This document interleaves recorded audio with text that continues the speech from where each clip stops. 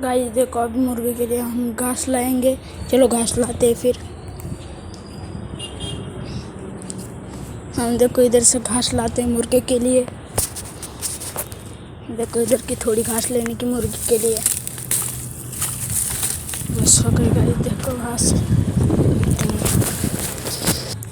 Guys देखो अभी इसको कट करेंगे। गाइस देखो अभी मुर्गे के लिए घास काट ली है। अभी चलो उसको डालते, खाते कि नहीं देखते। इतनी उठा लिए गाइस, इसको छोड़ते पहले,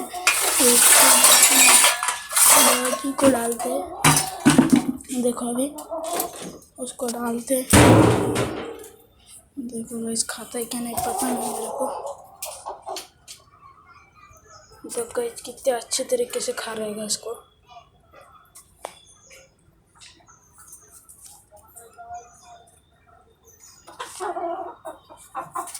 चलो और भी डालते हैं, पिंजरे के अंदर डाल देते हैं। मुर्गे को भी पिंजरे के अंदर डाल देते हैं।